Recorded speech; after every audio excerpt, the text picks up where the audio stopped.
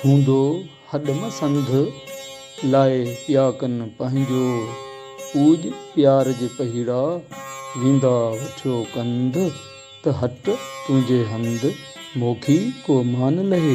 सॼणो किथे वरी पाणी में अचे थो त मोखी को मान लही माना मानाइती थिए इज़त वारी थिए। हिते वरी पाणी मान लही जी इहा ई थींदी। सूर्य यमन कल्याण दासान चौथों बेतन भर सतूं रसालो सावाणी। हाणे अचूं था औखनि अल्फाज़नि ते। हूंदो माना जेकी हुजे, मौजूदु या बचत में पियल शराब जेकी मौजूदु आहे, शराब जो तो वटि रखियल आहे। हॾ नासल बिने संध मट में शराब संधण, मट में कचे रस खे बंदि करे रखणु त इहो पची रास थिए। हिते माना थींदी मसंध माना सांडे न रख, लिकाए न रख। पियाकनि माना शराब पीअंदड़। पूज माना घणो, पूज प्यारज तिन खे घणो प्यारज, प्यारे ढो कराइज।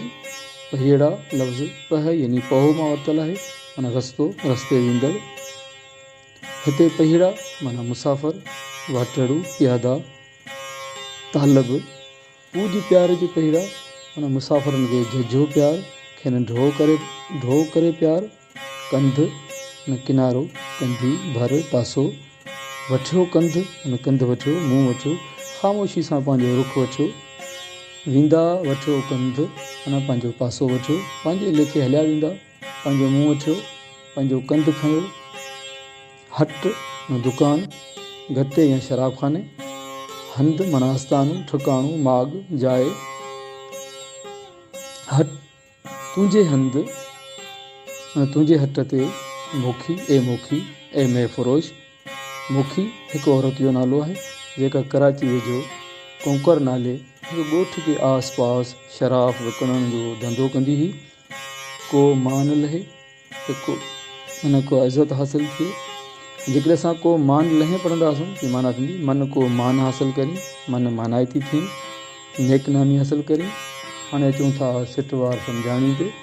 हूंदो हॾ मसंध लाहे पिया कनि पंहिंजो ए मोखी।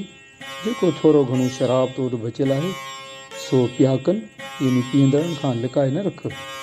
पूज प्यार जे पहिड़ा वींदा वठो कंध, पर उन पांधीरनि खे प्यारे पुर कर यानी ढो कराए। जेके पासो वठो पिया वञनि, जेके किनारो वठो पिया वञनि, त हट तुंहिंजे हंध मोखी को मान लहे ए मोखी ऐं मैं फरोश। त तुंहिंजे उन ई मैखाने वारे माग जो मान थिए, मर्तबो थिए, मशहूरी थिए। हक़ लतीफ़ सच लतीफ़।